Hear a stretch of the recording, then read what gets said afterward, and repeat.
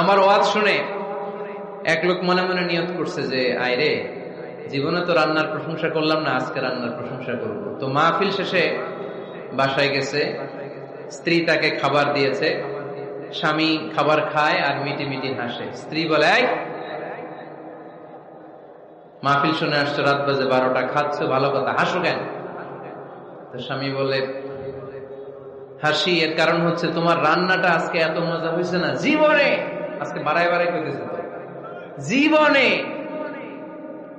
এত মজার রান্না খাই নাই। রান্না মজা হয়েছে শুই না স্ত্রী তো রেগে গেছে, কি গত 10 বছর ধরে তোমার রান্না করে খাওয়াই, একদিনও রান্নার প্রশংসা করলা না, আর আজকে পাশের ঘরের ভাবি একটু গরুর গোশতের তরকারি পাঠাইছিল বাটিতে করে, পাশের ঘরের ভাবি একটু আমাদের বাড়িতে তরকারি পাঠাইছিল, তো ওই তরকারি দিয়েই তোমাকে খাবার দিচ্ছি, আজকে রান্না টান্না আমি করি নাই। তো ওই বেটির রান্না তোমার এত ভালো লাগছে, এই 10 বছরে একদিনও কইলা না, আজকে এটা কইলা, খাও খাও, তোমার মজার খাওয়া, আর রান্ধুম না। তো প্রশংসা করলে বুঝে শুনে করবেন, একটু এনশিওর হবেন যে রান্নাটা করছিল কে, তা না হইলে কিন্তু ঘরে চুলায় আগুন জ্বলবে না, টানার রোজা রাখা লাগবে, ঠিক কিনা? তো 4 নাম্বার গেল এপ্রিসিয়েশন, একটু এপ্রিসিয়েশন দিবেন। আল্লাহর হাবিব সব সময় স্ত্রীদের প্রশংসা করতেন। সহিহ বুখারীর বর্ণনা, আল্লাহর হাবিব বলেন, ইন্না ফাদলা আয়েশা আলান নিসা কাফাদলিস সারিদ আলা সাইরিত তাআম। আরব ভূখণ্ডের মধ্যে সব খাবারের উপরে সারিদ খাবার যেমনি সেরা, দুনিয়ার সব নারীদের মধ্যে আমার আয়েশা তেমনি সেরা। সারিদ একটা খাবার আছে। আমি যখন মিশরে পড়তাম আল আজহার ইউনিভার্সিটিতে, আমাদের ইউনিভার্সিটিতে সরকারের পক্ষ থেকে সরকারিভাবে খাবার দেয়া হতো। আমাদের খাবারের খরচ বহন করতেন ওমানের সুলতান কাবুস। এই গত 3-4 দিন আগে ইন্তেকাল করেছেন, নাম শুনছেন আপনারা? প্রায় 40 বছরেরও বেশি মনে হয়, 45 বছর বা 50 বছরের লম্বা সময় উনি ওমানের প্রেসিডেন্ট ছিলেন। উনি আমাদের খাবারের খরচটা বহন করতেন। কিছুদিন আগে ইন্তেকাল করেছেন। আমরা ওনার জন্য দোয়া করি, আল্লাহ তাআলা এই সুলতান কাবুসের জীবনের গুনাহগুলো মাফ করে দিক, ওনার সমস্ত খেদমত আল্লাহ কবুল করে নিক। তো আমাদের আল আজহার ইউনিভার্সিটির হোস্টেলে ঈদের দিন একটা খাবার দিত, এটার নাম ছিল সারিদ। রুটি আর গোশত এগুলোকে ম্যাশড করে একটা স্তর বানাতো, এটা কেটে কেটে আমাদেরকে দিত, এটাকে বলে সারিদ। আরব দেশে সবচেয়ে দামি খাবার। আমাদের দেশে যেমনি পোলাও, গরুর রেজালা, রোস্ট, এগুলো খুব উন্নত খাবার ধরা হয়, বিয়েতে সার্ভ করা হয়। আরব দেশে ওইটাকে বলে সারিদ, শ্রেষ্ঠ খাবার। আল্লাহর হাবিব বললেন, সব খাবারের মধ্যে যেমনি সারিদ সেরা, নারীকুলের মধ্যে তেমনি আমার আয়েশা সেরা।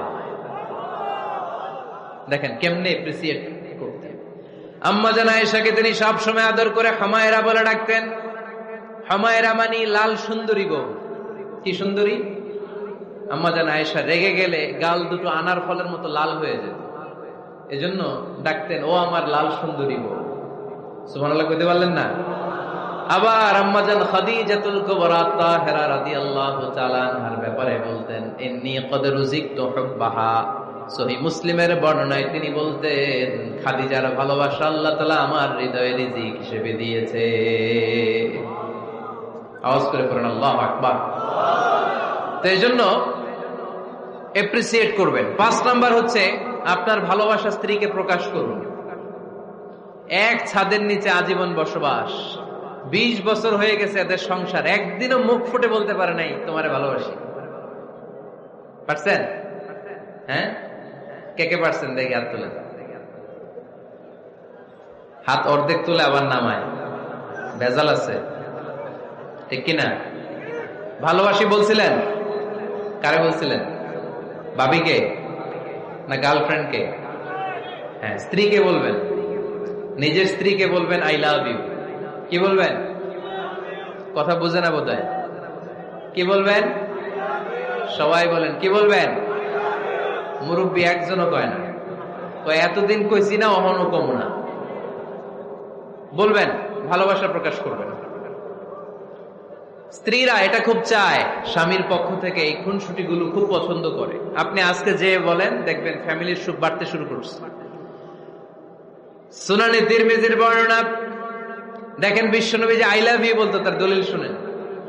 সাহাবারা জিজ্ঞেস করলেন, ইয়া রাসূলুল্লাহ মান আহাব্বুন নাস ইলাইক, ও নবী কারে সবচেয়ে বেশি ভালোবাসেন? Who do you love the most, নবী কাকে সবচেয়ে বেশি লাভ করেন আপনি? সাহাবারা প্রশ্ন করলেন, ইয়া রাসূলুল্লাহ কাকে লাভ করেন বেশি? আল্লাহর হাবিব সাল্লাল্লাহু আলাইহি ওয়াসাল্লাম বললেন, আয়েশা, আয়েশা রে। সুবহানাল্লাহ কইবেন না?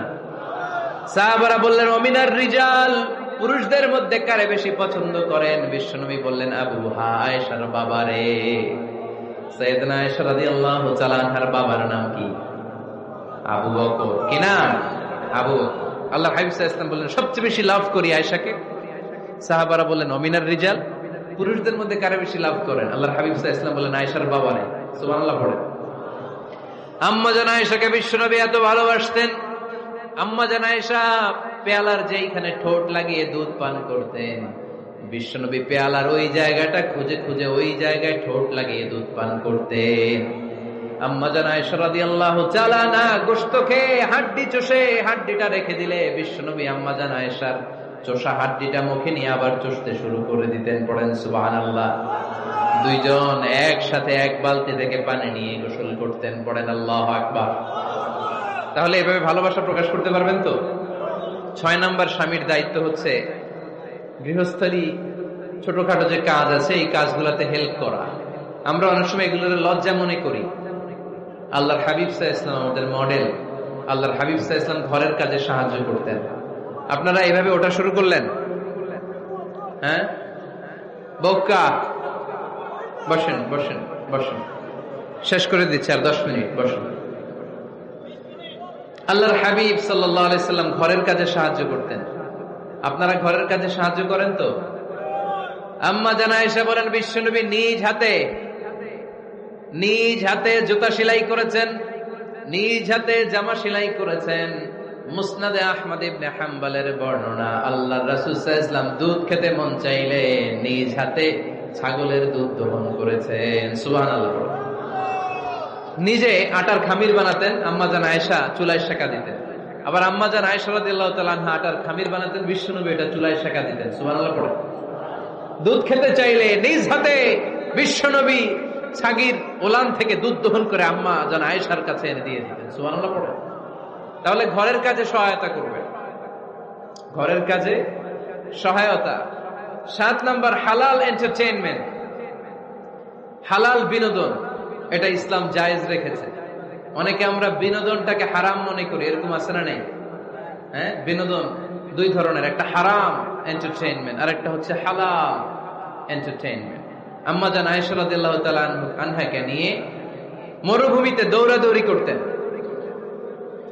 ভাবির সাথে দৌড়াদৌড়ি করছেন কারা কারা? দেখি হাত তোলেন। হ্যাঁ, দৌড়াদৌড়ি করছেন কোথায়? যৌতুকের লাগে হেতের দৌড়াইছেন? হেতি বাসাল্লাই দিছে দৌড়, এই দৌড়াদৌড়ি না।